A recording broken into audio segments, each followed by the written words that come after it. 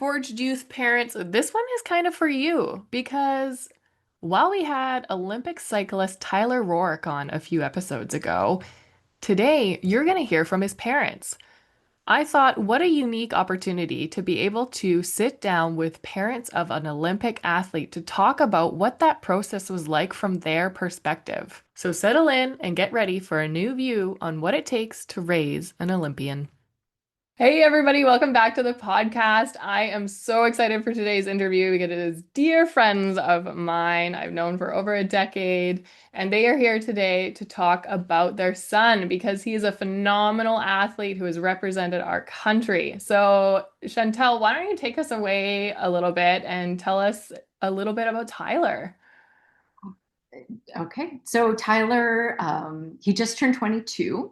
Hmm. He has been a cyclist since he was 13, right? Yeah, 13. And he actually had started cycling just casually, mountain biking, really, really liked it. Got involved in a youth club local to the Kitchener-Waterloo area, and he started competing, racing with mountain bike. The coach that he had recognized that he had fast legs, and that was Coach Rob Good, who is still the coach of Kitchener Waterloo Cycling Academy. And he said, Tyler, I want you to check out the track.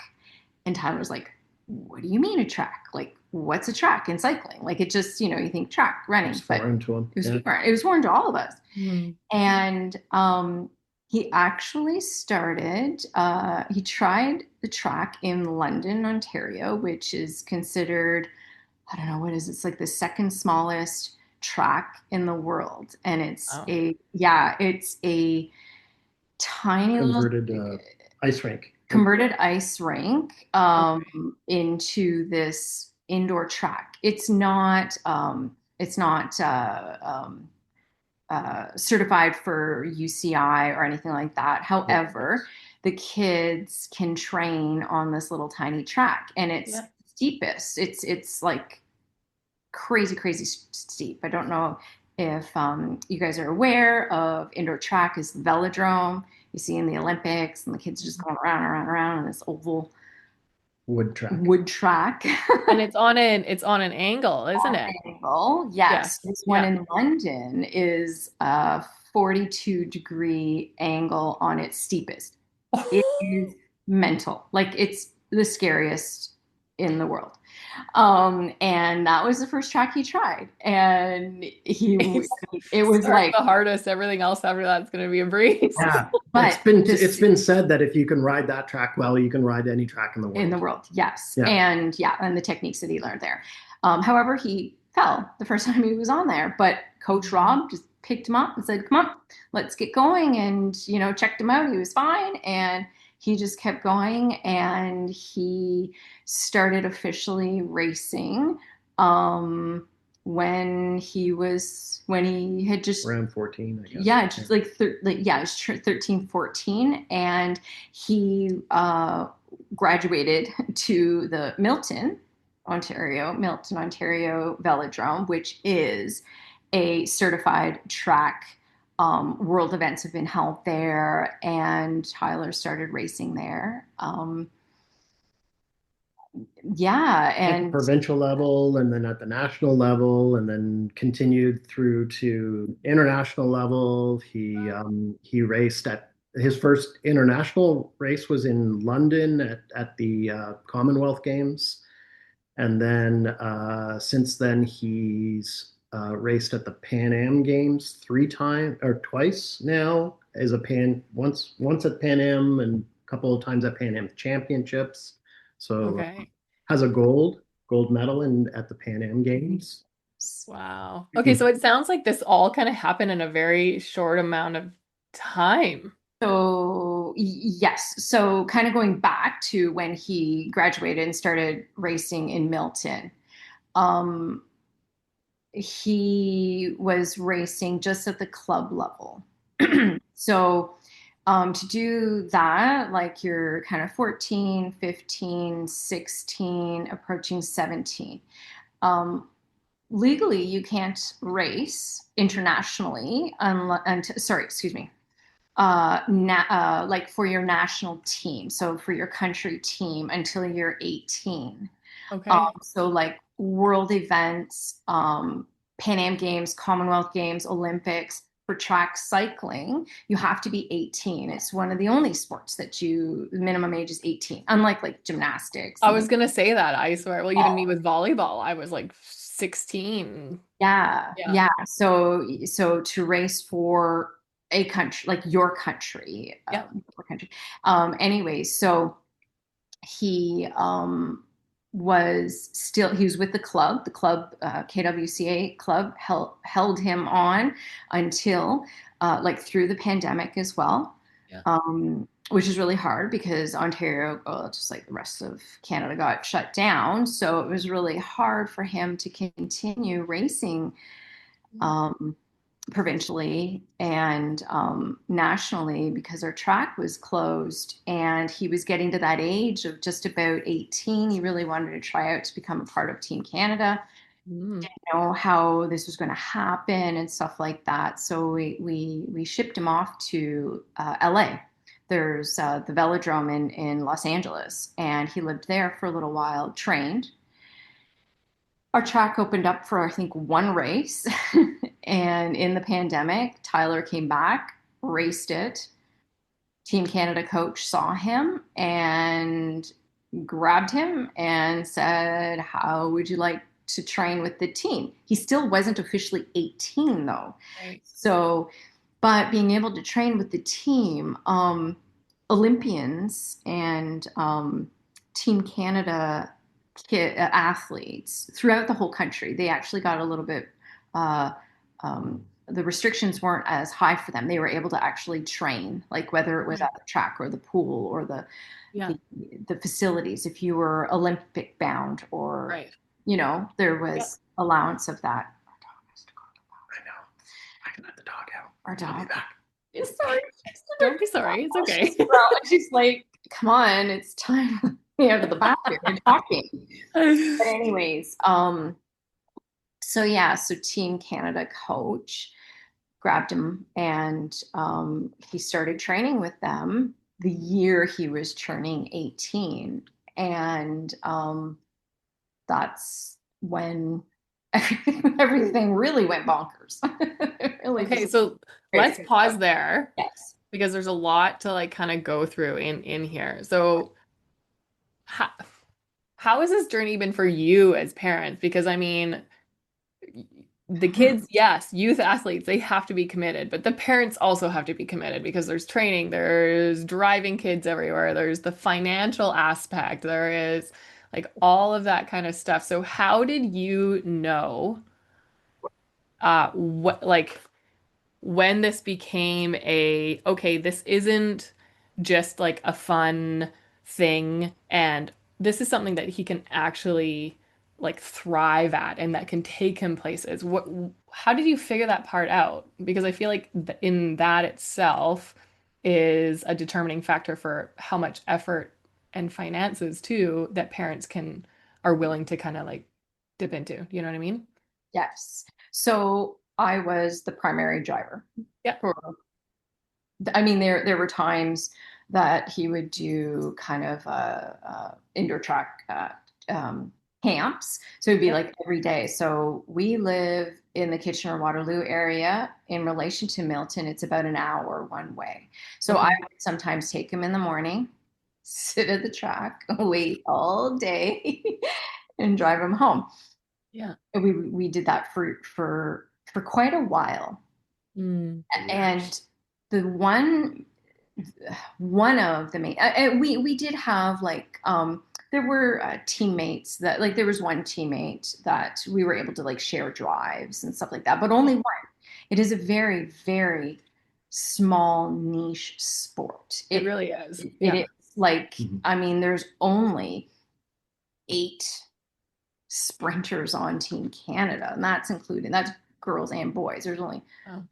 4 and 4. So I mean, it is very, very small niche in Canada. In other countries, it is larger. However, um, we would drive him. We would go on weekends to races. Now, the financial thing, because of Coach Rob, he was phenomenal. He would always, always tell us, don't spend a lot of money.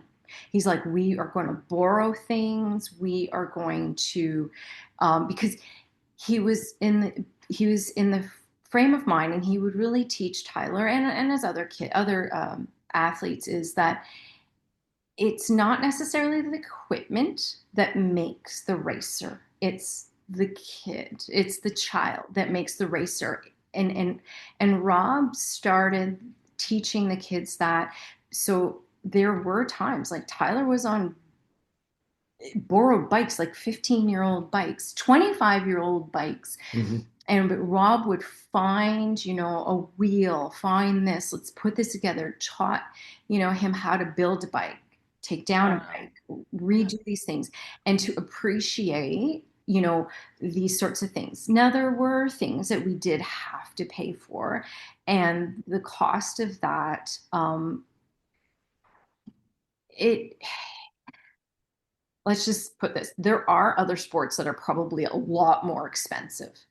Okay. Yeah. But there are also parents in this sport that would pay tens of thousands of dollars for their kids to get the biggest, brand new, bestest bike or the bestest helmet. But we really, really followed Rob's lead in let's borrow, let's resell something, or there was hand-me-downs from like an older athlete that had succeeded, and he would give the club, I don't Right. He would know, say, he it would say, save your save your money, money. because when I need you to spend some money, I'll let you know, right? Oh, And that's so good. when that happens, we're going to spend money wisely. So he was Phenomenal, really good Mario. at that. He was really, really good at that because we did see. I mean, I was always in the stands talking to all the parents, and then becoming a director of the youth club. I would hear there were a lot of parents that just they wanted the the most expensive thing, and Mhm.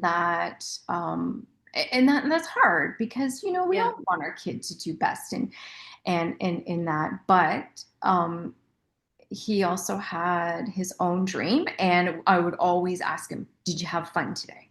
Mhm. Did you have Oh, fun? that's important. Like, and I mean, even to this day, he's 22 and he comes home, and I'm like, so what did you do today? Like, just like and he talks to me Mhm. and he tells me about what he did and everything, and I'm like, as long as you're having fun, as long as Mhm. you're having fun. So the financial from when he was younger, I mean, there were times we did have to spend a little bit of money, but we were very modest with how Yeah. much we actually purchased and gave to him and got for him and stuff, with the coach's support and guidance in that. Um, and but then when the kind of the tables turned and he was being looked at by Team Canada, Mhm. um, financially, then things kind of change a bit. Okay.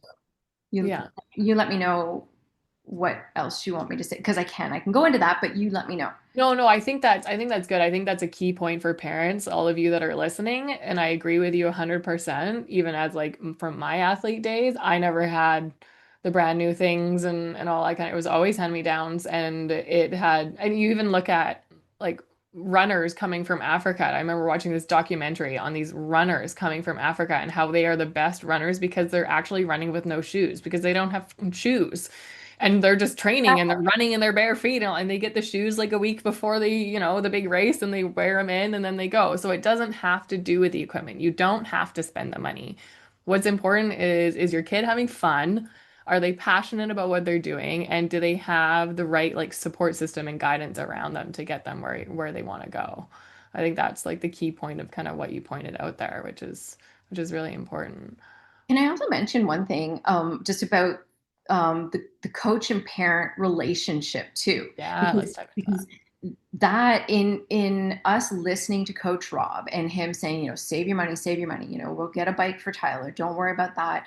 Trust. It did, yes. And also, Coach Rob was very much like, let me be the coach, you be the Mhm. parents, because um, when I became director, you started to see a lot of the parents wanting to coach. The Yes. parents wanting to go on the infield. The parents wanting to change the wheels on the tire. The parents wanting, and I saw the frustration in Coach Rob because he wanted to be the coach, and then so He needed to he be the needed to coach. be the coach because Yeah. otherwise it's just too many. What's that saying? Too many hens in the kitchen, or too many chickens in the kitchen, or whatever it's called.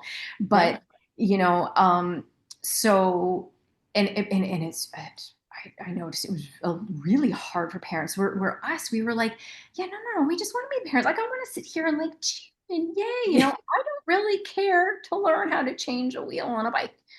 No, Yeah. that's Tyler's responsibility. And if that's something he wants to do, like, I'm not gonna. I mean, we'd see some parents, they would be carrying the kid's bike in the infield for the kid, and it's like, no, you drop the kid off at the door, let him go and do his thing. You stand up in the stands and you cheer. So I love that. yeah, it was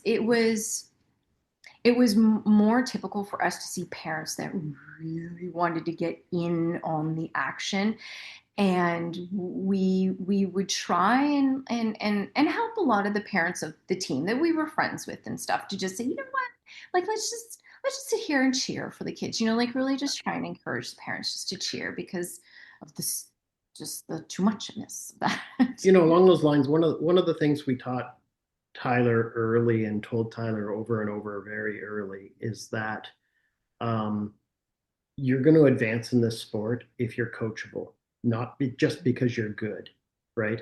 Good, good, really, really, really good athletes often get spit out the back end because they're not coachable and they're not going to listen. And so we always pushed it in Tyler, listen to your coach. It may not always make sense, but he's Mhm. got a bigger picture of what's necessary to be successful in this sport. And Yeah. you got to listen to that, and it might not make sense because you're only listening to this portion and he's seeing the big picture. Yeah. So that's Yeah. really, really important, what we drove with him, and trusting, having a relationship and trusting the coach obviously goes a long way too. Yeah. Yeah. That I was that was a really important thing that I think resonated with Tyler pretty heavily, and we saw other kids that were really, really good get, just not get the time and not get the effort from the coach because they were pushing back and making it difficult for the coach to be Hmm. the coach. Yeah. Yeah.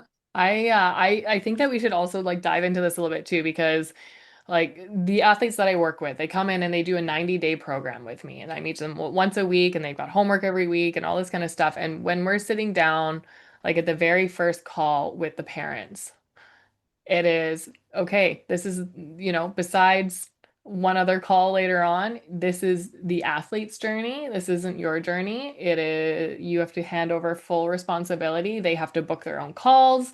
They have to do their own homework. They like everything. The parent just needs to back out of the equation. Mhm.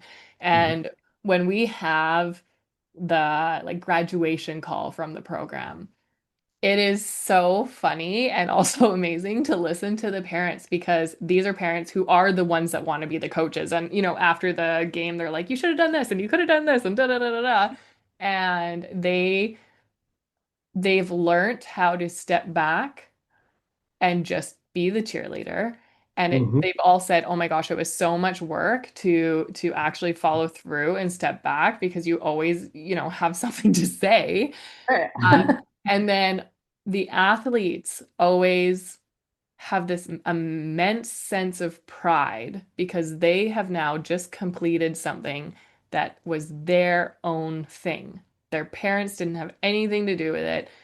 It was they had to show up. They had to do the work, and it wasn't easy, Mhm. right? And so I love that you guys are the parents, and it doesn't surprise me that we're the supporters and the cheerleaders and really so like how have you seen allowing Tyler to just have cycling be his journey, not necessarily your journey? You're the parents of the cycler, but like, how have you seen that play out for him in life? Does that question make sense?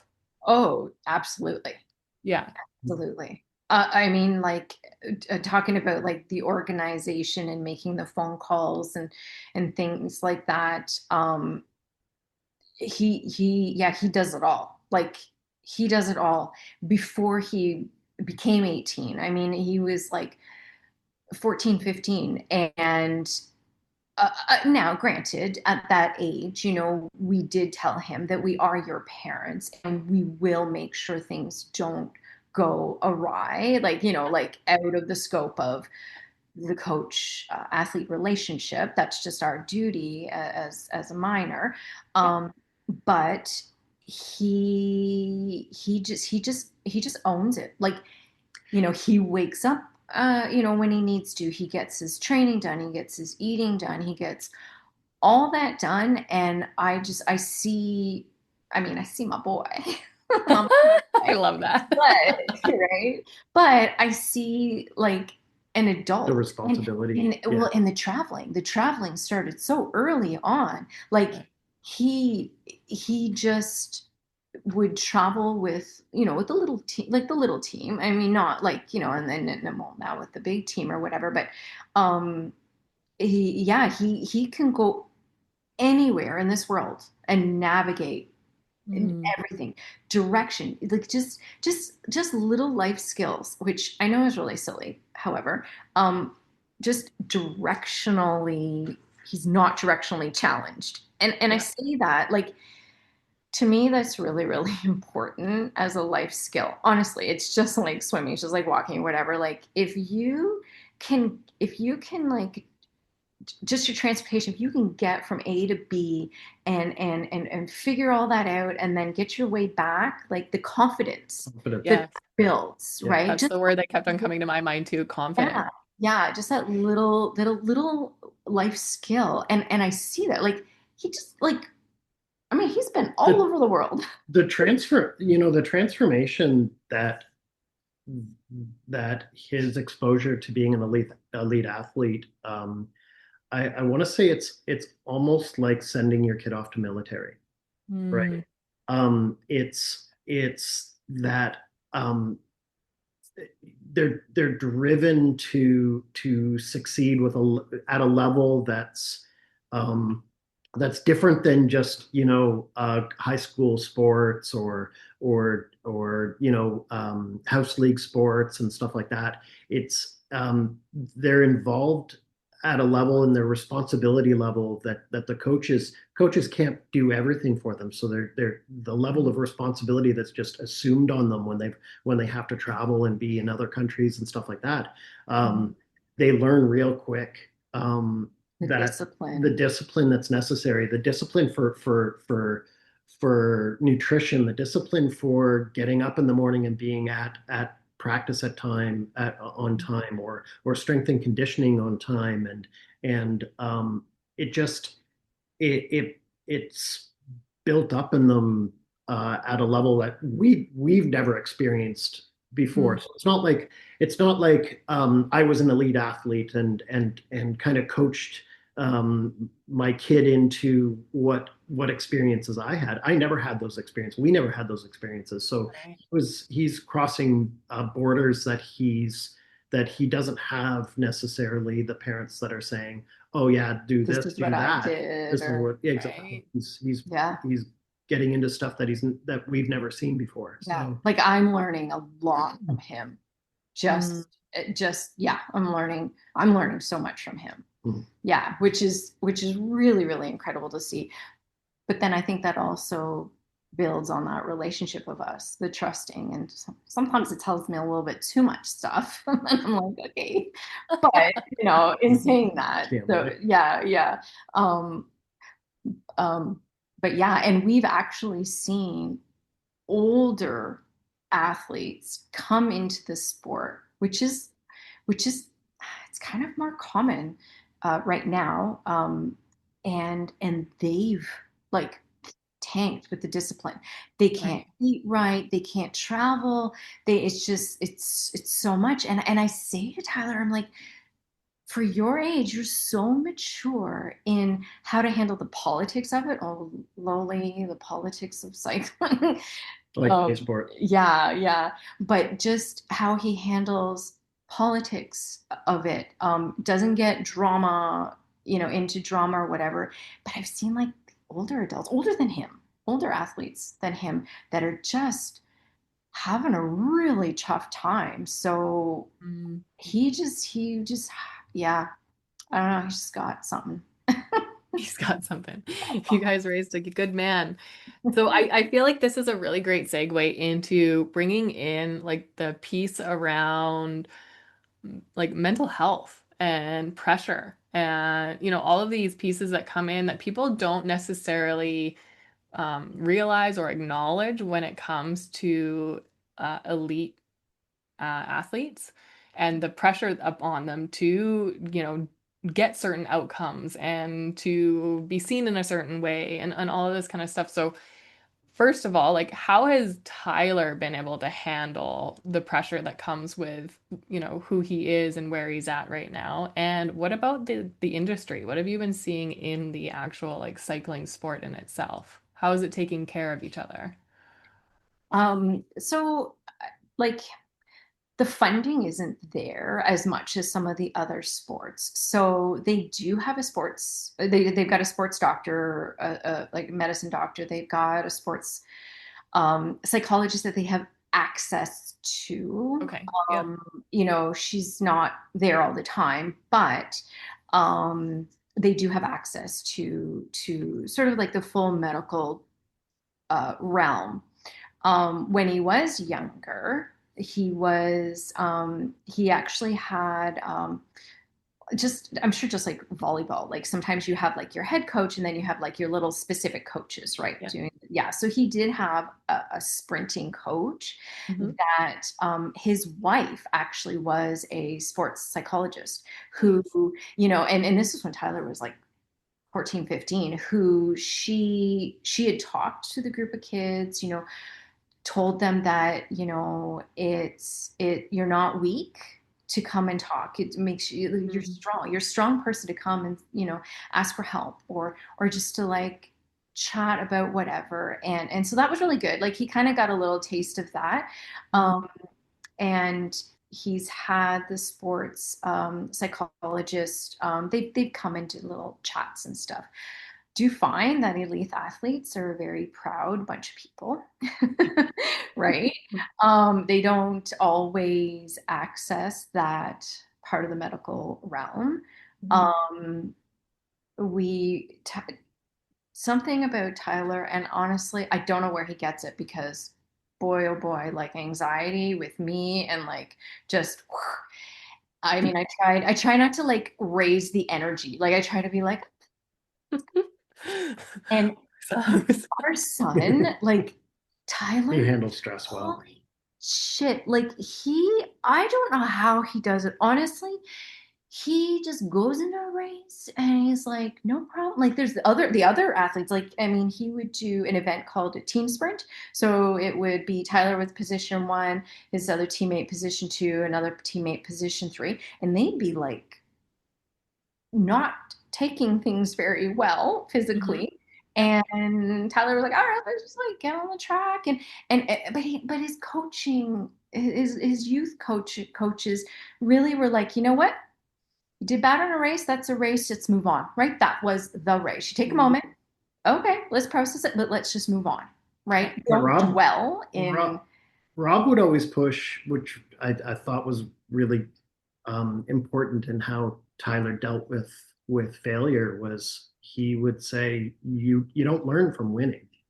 Mm. You don't learn you don't learn a thing. When you win, you say to yourself, oh, I was just better than everybody else. But when you lose, that's when you start thinking about, what can I do better? What can I change? What can I modify? And so you would learn from losing, and you don't learn from winning. So Yeah. um, he would always push that that losing is it doesn't mean like losing doesn't mean you've lost. Yeah, It's you're an not a failure. opportunity. You're not Yeah. a failure. No. You've got this opportunity to understand and to analyze what happened and what you could do better and improve and Yeah.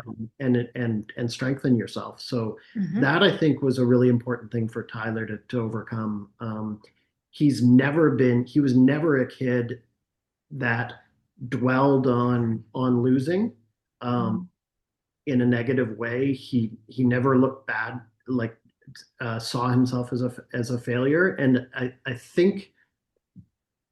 uh, um, I think that's because of his coaching, right? It's he was told over and over again that that very concept of learning and falling forward.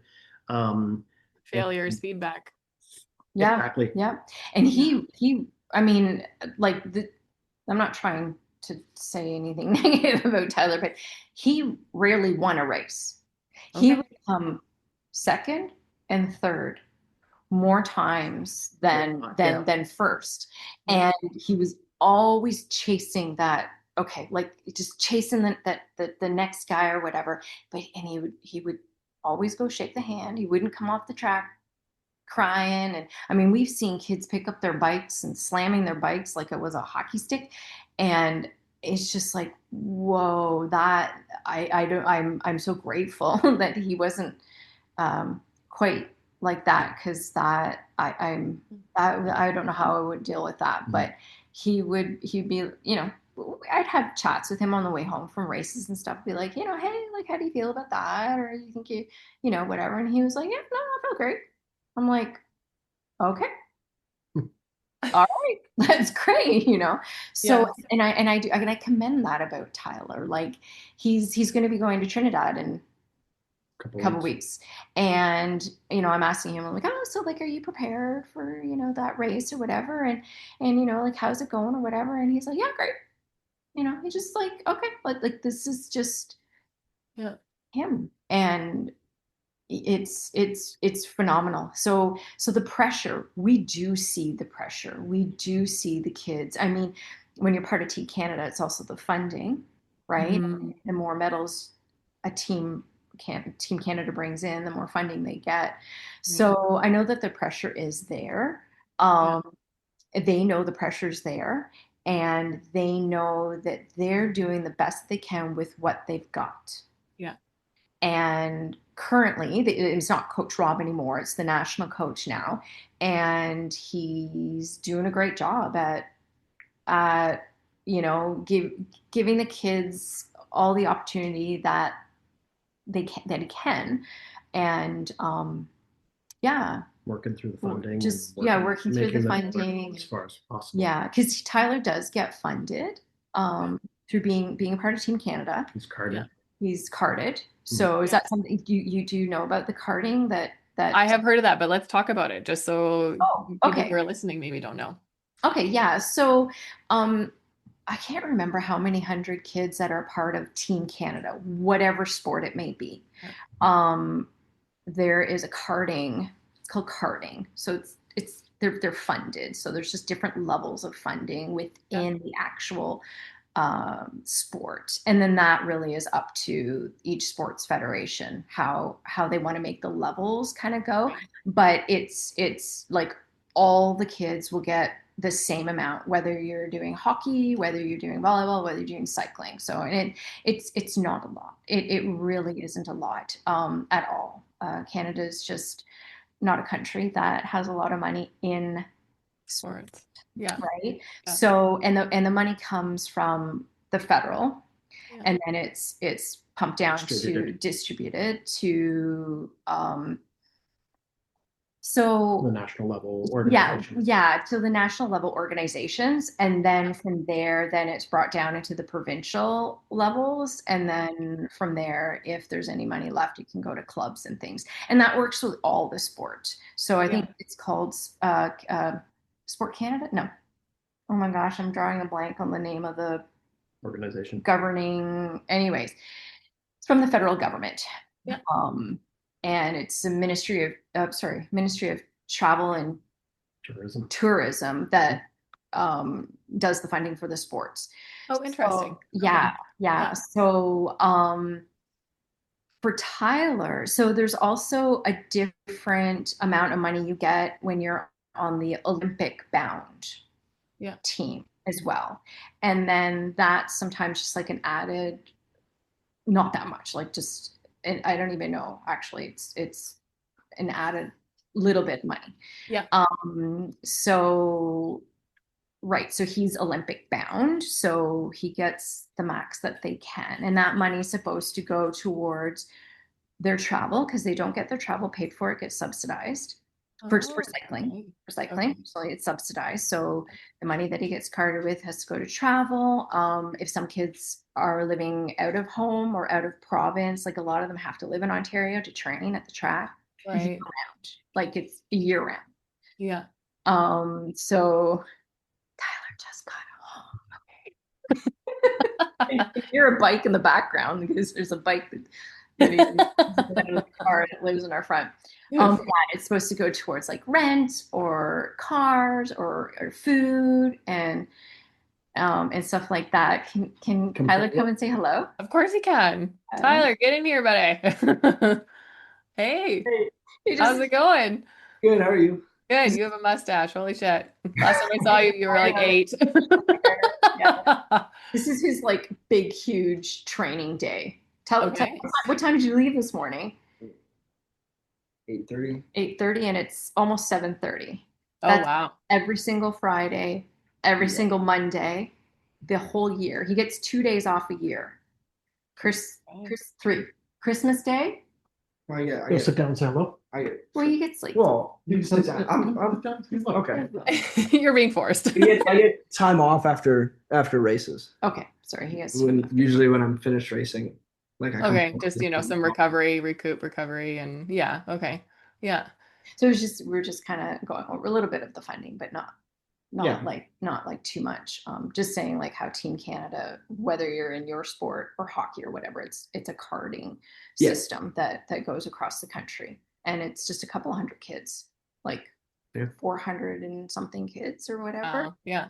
Yeah. Sports aren't that big in Canada. It's Yeah. too bad, isn't it? Like we gotta get this going. We gotta get this going. No, Tyler, I need to get you on this podcast though, because I Yes. want to like Yes. dive Yeah. into. I'm talking to your parents about like the parent side of things, obviously, but Yeah. I really want to get in with you and talk about training Absolutely. and passion, discipline, commitment, all that stuff. So I'm gonna send you a date and you can say yes or no. Sound good?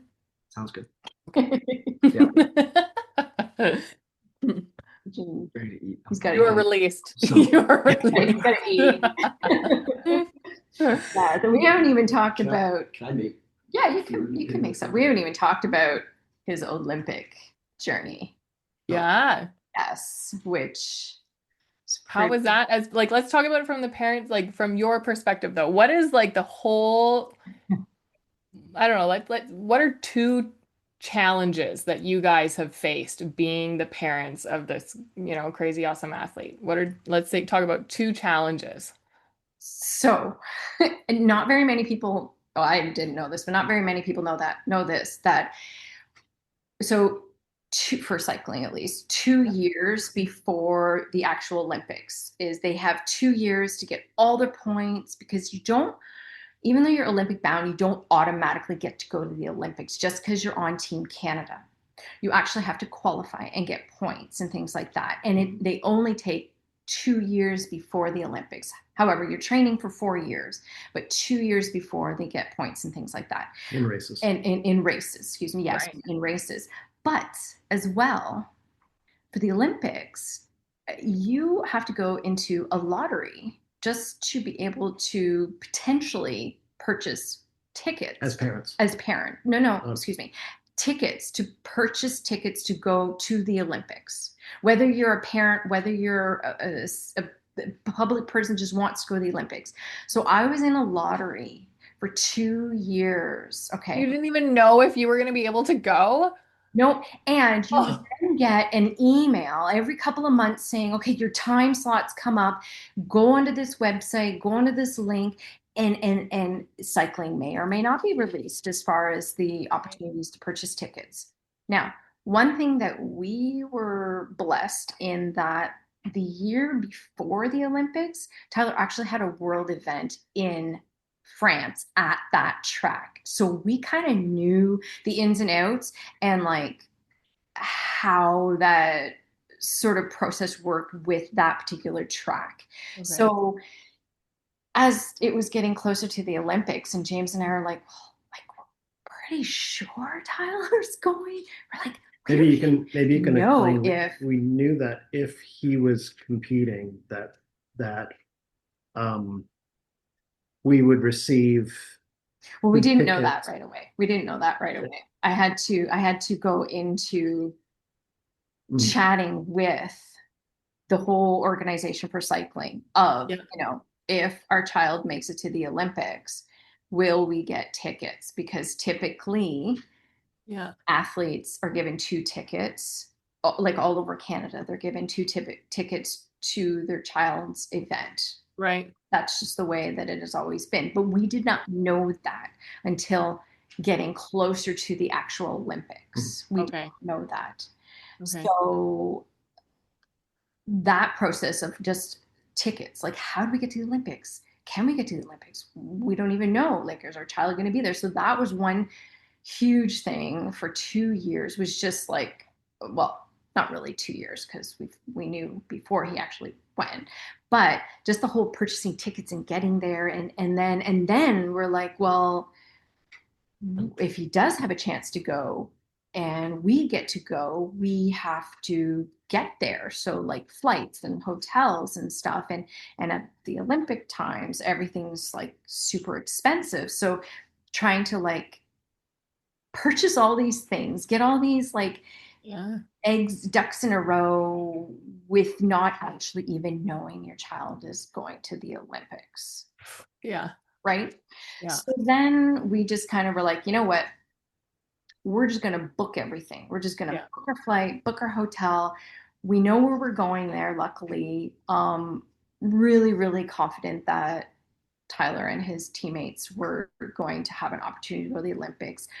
Found out that, yes, we will get 2 tickets. However, that was really stressful because you don't know until the night before he goes out onto the track.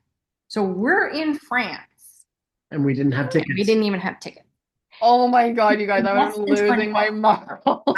I was like texting because I mean, fortunately, I know everybody in the organization just from my job in the whole thing. So I knew who to talk to and you know where to get the information.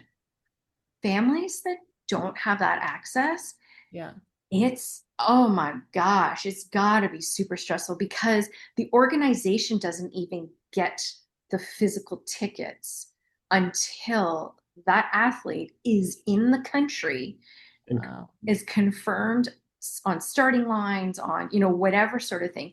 Right. So yeah, so we're in France and I'm like, these tickets haven't come through. I'm just gonna go. They're gonna by scaling a wall to get in. Yeah, and then with the Olympics, like the military is huge. The security, the military is really, it's phenomenal sort of thing. So that's I mean, it was a big story, but that was one thing. It's just the whole tickets and getting there. The second thing that I know I dealt with, and I talked to James and I talked to Tyler about it a lot of times, but I was super anxious. I actually originally didn't even want to go. I was like, I don't want to go. I'm just going to sit on my couch. I'm just going to watch the race. It's just too much to go. It was so much anxiety, so much just, I was nervous and I didn't want to bring like any bad juju or anything. Like I literally was like, I was okay with that. Like I was, James, I'm not going. I'm just not going. And I'm okay with that. I'm just going to sit here. I'll have a couple, you know, people here, whatever, and I'll just watch and cheer and everything will be fine. But James was like, nope, we're going. Good job. We're going. Good job. Yeah, I'm glad that you did that. And I was just, I don't even, it was so, the high was so high. Like, Mariel, it was nuts. It was just so The atmosphere that was amazing. well, the atmosphere, but just my emotions, Yeah. my whole feeling about all of it, like everything from like his security being at the Olympics, it's a huge world event, to us being there, to millions of people being there, just I was feeling claustrophobic and I hadn't even left my house. You know what I mean? Yeah. Like Yeah.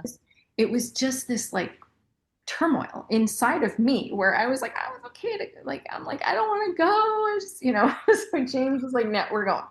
And I'm like, okay, you're just handling it all. Mm. And I handle it all. And then, yeah, and then just the whole tickets things. And then we got there and holy, the atmosphere, like it was just crazy. And then we get to see our son racing, right? Like it was like that was wild. I don't know. Did you have a chance? Did you watch the I Olympics? did watch it. Did you Yeah. see us? Like we were in this like screaming. They had the camera on us because Oh, that's amazing. Oh, you know what? I did yeah, see like that. yes, like all of my family here were taking pictures of the On the TV. TV. Yeah, like we're all just yeah. So because there's Uh, a lot of Canadians there yeah. for their Yeah, it's a big kids, trip. right? So it Yeah. was just a little tight little And group they of put us. us all together. And So it yeah, was like so this that was little yeah. Canadian So section. so yeah, when they Oh, came that's from awesome. it, yeah. So that Yeah. they did that on purpose for Yeah. the country media and stuff like that, Yeah. right? But Yeah. that was wild. And then Tyler did a personal best for his one of his events. So he's a Oh, swim that's coach. So so dope. yeah, Personal bests so are oh my amazing. gosh, Really, at the end of the day, as an athlete, your biggest competitor should be yourself. Mhm. yep, You shouldn't be comparing yourself to anybody else. You shouldn't, because yeah, you're your biggest competitor. yeah, Always. Are you showing up? Are you controlling the things that are within your control? Can you walk away with your head held high? And so personal bests are like the best, yeah. in my I mean, I'm opinion. fine. I was like shaking. I'm like, oh, it's like gold medal, like that, right? And that was yeah. And I mean, at that time, he was 21 at that Mhm. time, and that was unfreaking real. Um, and then just to be there, and then James and I had an opportunity to go into Paris. So the track actually isn't in Paris. Okay. It's a good hour and a bit out of Oh, there, wow. which was Okay. actually good in the sense Away that from craziness. Yeah. yeah, Yeah. like just cycling people because Yeah. there was like the BMX and then there was like the mountain bike, and all those are sort of done outside of Paris. But then there's an opportunity that James and I had to go into Paris, or we were able to go into Paris, and we went to the Canada House, which was so cool. It was really, really neat to be in. Yes. Yeah, and then because we were like family, we got like special kind of treatment in the Canada Yes, you House. did. As you should. You Right? raised the lad. Yeah, so that was really, really cool. Sounds But if I good. could mention a third thing that Yeah. Yeah. really impacted me, I'll just talk about myself, is that um at the end of the time that we were there, the end of the races, we actually stayed we didn't go and watch the closing ceremonies because we were going to be leaving the next day, but we were in the hotel room and we were watching the closing ceremonies on the Yeah. screen just to see if we could see Tyler there, even though, and we did. He was at closing ceremonies, which was really, really cool. But we flew home the next day, and I walked into the house, and this a whole sense of like the high that we had, there was this low. Like Mm. I came home and we still had decorations up. We had a sending off party for Tyler. We still had like some decorations up. And I was like, holy, did that just happen? Like Mm. literally, Mariel, it was almost like the air just stopped. Mhm. And the feeling of like 4 years, like of our life, Yeah. let alone Be like our 4 years son. before it happens again. And well, it's going to be happening, yeah, in Yeah.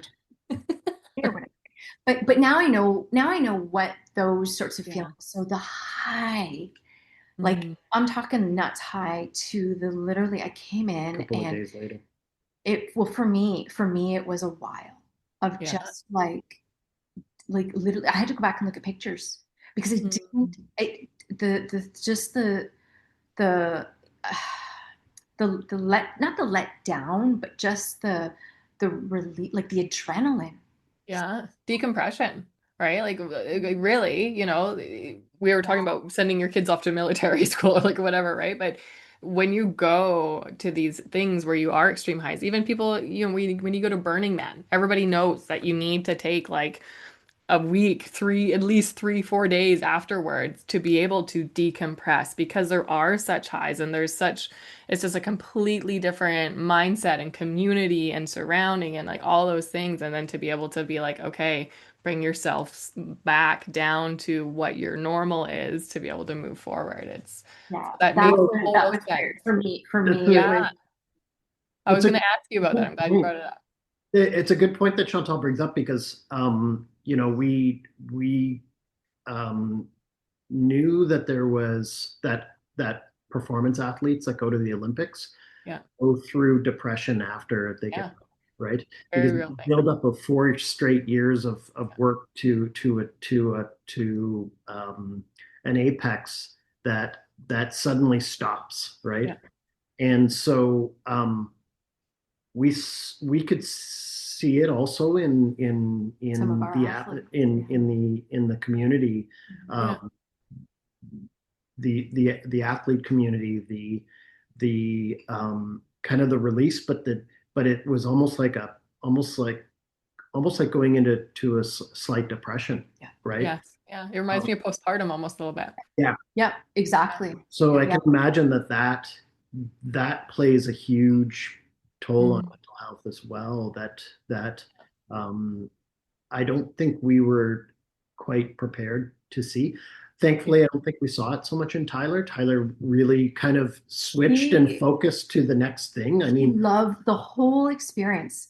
He loved Yeah. it all. but 6 weeks later, he was on a plane to Copenhagen to race, or 8 weeks later, he was Less. Yeah. in Copenhagen racing, and Yeah. it was just move on to the next thing, Yeah. which was really important for him. But I think His There was a lot of athletes on the team that struggled after the Yeah. Olympics. Mhm. Um, Yeah. with the idea that either I've got to turn my brain on to whether or not I'm going to do this again in 4 years from now or not, right? Yeah. They didn't Yeah. come back. They didn't even come back into the country for a while. Some of his teammates, because they were just Needed some He did time. decompress like, somewhere else. yeah, or they didn't even know if they were going to be able to come back to the sport. Yeah. And I mean, we had these honest conversations with Tyler about this, and Tyler was like, I'm sure like you'll be able to He get a was little bit energized. more, but he was like, I had the best time. Like it was exciting for him, and because he doesn't put that pressure on himself for the racing, and like we Yeah. said, like, he competes against himself. I mean, he has to compete against other kids too, but Yeah. he was like and we were kind of like, are you sure? Right, like me, I'm like, are you sure you're okay? Like, Scale yeah, 1 to 10. right, yeah. And we yeah, and I believe that he was very honest Yeah. with us. That I was like, all right, man. I'm like, I'm not doing well. I'm not doing well, but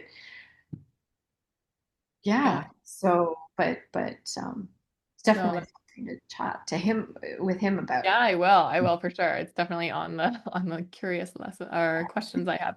Uh, so I have an interesting question for each of you, and I'll start with you, Jamie. What has this whole journey of being a dad to Tyler during his cycling journey? What have you learned about yourself during this process? Um, Great question. Um, it's I've learned um, I've learned that his perseverance for the sport didn't come from me. You're hilarious.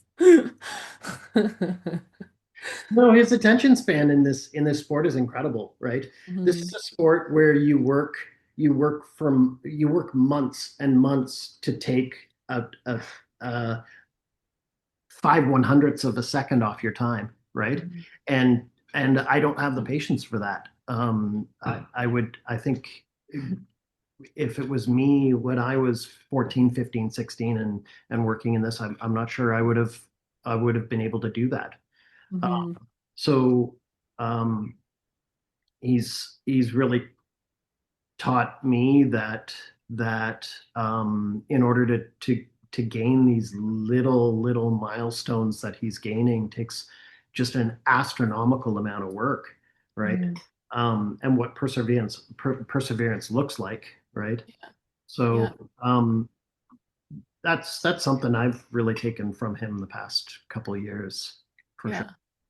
That's it reminds me of like that I think who is it? Like maybe James Clear talking about habits, but how just 1% better. And just stick with it. Just do 1%, just do 1%. And then all those things eventually they add up and they Mhm. combine to create this big change or this lifestyle change or new habits, all that kind of stuff.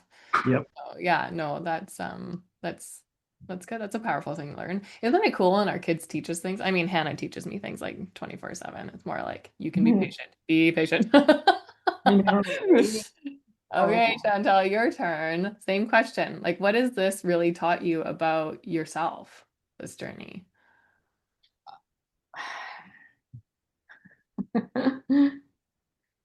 a couple of things. Patience, definitely. Mm. But one big thing that I think it's taught me is that the way that I saw my kids' life going, like you go to grade school, you go to high school, you go to college or university, you get a job, you have, sorry, there's a little fly, you get a job, like you like it's what we did, like that's what I saw. But what this taught me is that it doesn't have to be that way. Like the world is so, I mean, with the pandemic, granted, the world is so different.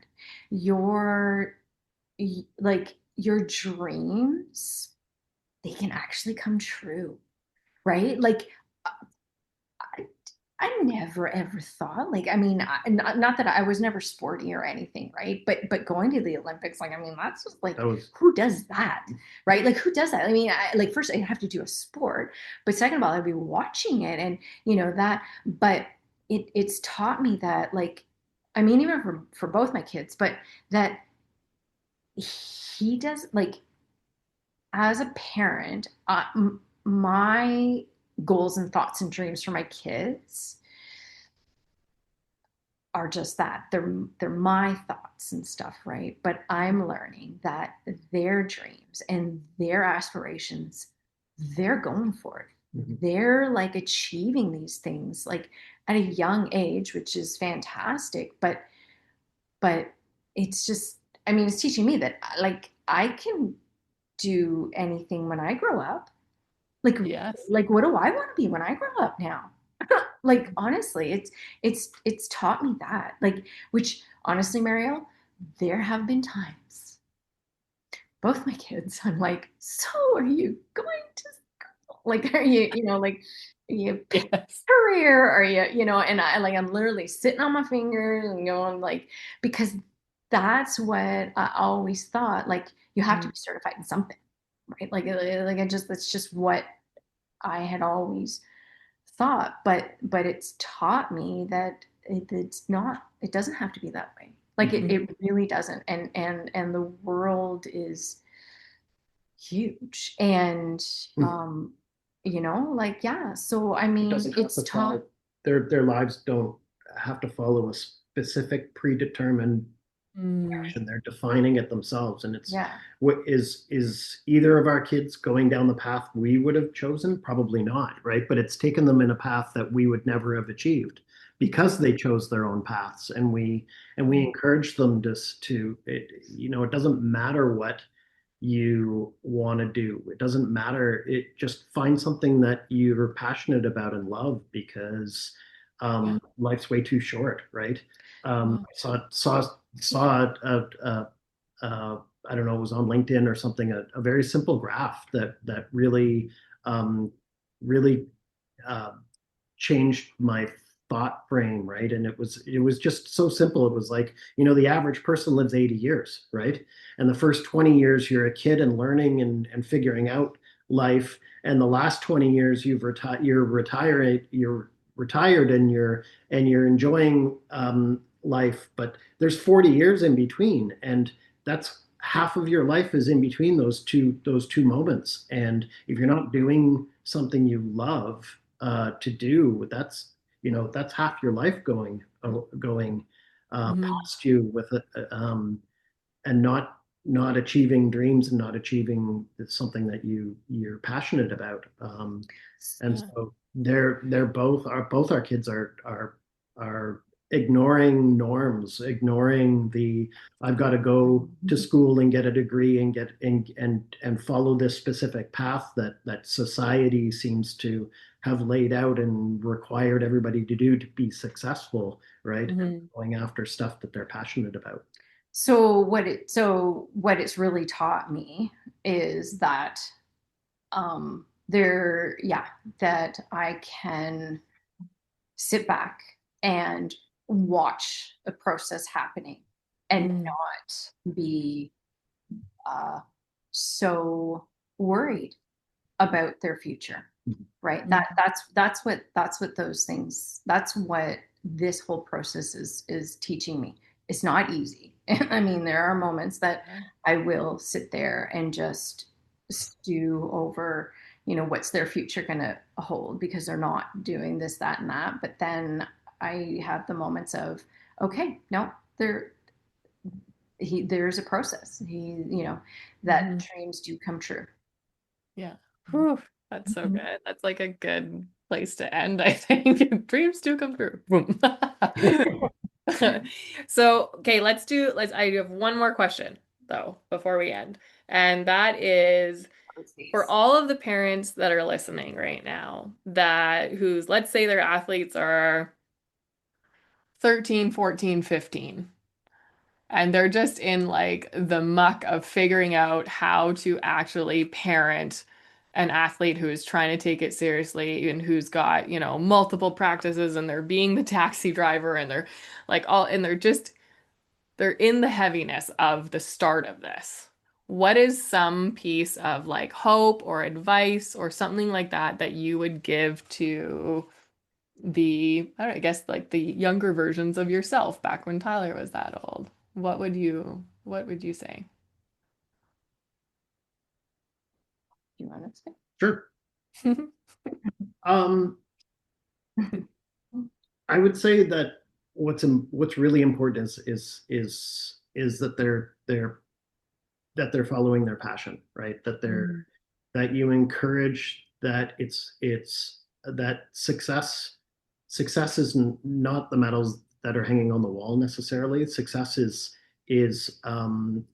finding that passion that they have for the sport, or for uh, the in this case the sport, to enjoy that, and the passion needs to drive you, not the results, right? And the results will come. The mm-hmm, results shouldn't be the goal. The results should be the product of chasing after the the passion that they enjoy so much. mm-hmm. I love that. That's so powerful. Yeah. You agree with that, Chantal? Uh, Absolutely. Absolutely. Yeah. Yeah. Amazing. Thank you guys. I want to take a second to acknowledge you for being the parents that showed up, for being the parents that instilled good values into both of your kids, and to just like continue to help them rise in their own unique way. And that I think being a parent takes a lot of courage that is unspoken. Mhm. So you guys have been very courageous human beings, and look at your amazing children. So thank you for being you, and thank you for taking the time to share all this with my audience. I'm really grateful, and I know that there's a lot that they've learned from this. So yeah. Thank you, Thanks, Mariel, Mario. for having us on here and talking about our little journey. You've been listening to Forged Youth. New episodes drop every week, so if this hits home for you, throw us a follow and subscribe. Forged Youth, where resilience is trained.